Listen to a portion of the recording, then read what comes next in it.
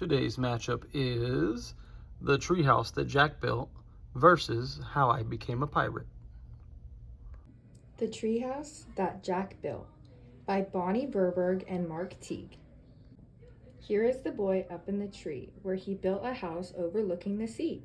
Yes, this is the treehouse that Jack built. Here is the fly that buzzes by, the treehouse that Jack built. Here is the lizard that snaps at the fly that buzzes by, the treehouse that Jack built. Here is the parrot who pecks at the lizard that snaps at the fly that buzzes by, the treehouse that Jack built. But who swats the parrot? Of course it's the cat. He jumps on the swings, the ladder, the bird bath, the marvelous things Jack made with his tools. It's a wonder to see what that clever boy Jack thought to build in his tree. And here is the dog who chases the cat, who swats the parrot, who pecks the lizard that snaps at the fly that buzzes by, the treehouse that Jack built. Here is the snake, imagine that. He slides by the dog who chases the cat. And here is the monkey who swings past the snake on a knotted vine, only Jack could make. But what is that sound? Jack's ringing a bell. It's story time, they know it well. Here is the book Jack reads today. It's an island story far away, a tale of a boy in a great big tree who built a house by the deep blue sea. And all the animals are his friends. Jack loves them all, the story ends. Read it again, they squawk and yell, but they'll have to wait for tomorrow's bell in the treehouse that Jack built. Now come the whales, swimming one by one, to leap in the sea with the setting sun. And here is the owl who flies out of the tree and over the whales in the darkening sea. Here are the stars in the big blue sky that say goodnight when the owl flies by. Away swim the whales, the monkey swings home, the snake slides off, and the dog has his bone. The lizard is still, the bird nods its head, the treehouse is silent when Jack goes to bed. The moon has come up, the night has grown deep, now Jack and his kitty are fast asleep. Good night to all who came and played. Good night to all the things that Jack made. Good night to the sky. Good night to the tree. Good night to you. Good night to me. And good night to the treehouse that Jack built. The end. How I Became a Pirate by Melinda Long and David Shannon. Pirates have green teeth, when they have any teeth at all. I know about pirates because one day when I was at the beach building a sandcastle and minding my own business, a pirate ship sailed into view. I knew what it was because its flag had a skull and crossbones on it, and because I could hear the pirates singing, "Hey ho, blow the man down." They were a little off key. I tried to tell Dad, but he was busy setting up the beach umbrella. I tried to tell Mom, but she was busy slathering my baby sister with sunblock. So I went back to my sandcastle, but I kept an eye on the pirates. By then, they were rowing back to shore. He walked around my sandcastle. He looked at the moat and yelled back to his crew, "He's a digger, he is, and a good one to boot."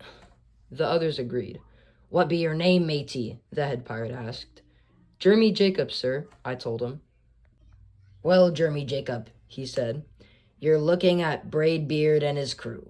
We've been needin' a digger like yourself. We've had a chest of treasure to bury." "Aye, treasure!" the others shouted. "You're coming with us," Braidbeard told me. I didn't think Mom and Dad would mind, as long as I got back in time for soccer practice the next day. That's how I became a pirate. There was plenty to do on board. The pirates taught me to sing sea chanties, the louder, the better, and to say real pirate stuff like landlubber and scurvy dog. By dinner time, I could speak pirate perfectly. I also learned private. After dinner, I tried to teach the pirates to play soccer. Braidbeard kicked the ball and yelled, "Arr, soccer! Arr, soccer!" the crew yelled. Then everybody dove for the ball at once, and it rolled right off the deck. "After it, me hearties," Braidbeard commanded. "After it?" we all whispered. We fought over who could go get the ball, but it didn't matter anyway, because a shark came along and swallowed it in one gulp. So much for soccer. But when I found out what else they don't do, when I couldn't stay awake any longer, I asked Braidbeard to tuck me in and read me a story. "Tuck you in?" he bellowed. "Pirates don't tuck." "No tucking!" the crew cried, and the only thing they had to read was a map. "Don't you have any books?" I asked. Braidbeard looked confused. Books? I didn't even bother to ask about a good night kiss. It wasn't easy to fall asleep without a story, but I was finally dozing off when the storm broke.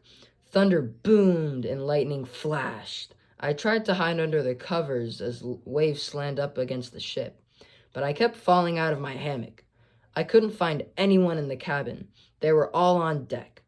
"Lower the sails!" Braidbeard shouted. "Batten down the hatches!" Everybody ran around yelling and lowering and battening. Nobody had time to sit close and tell me it would be over soon. Nobody even noticed me. I decided that I didn't want to be a pirate after all.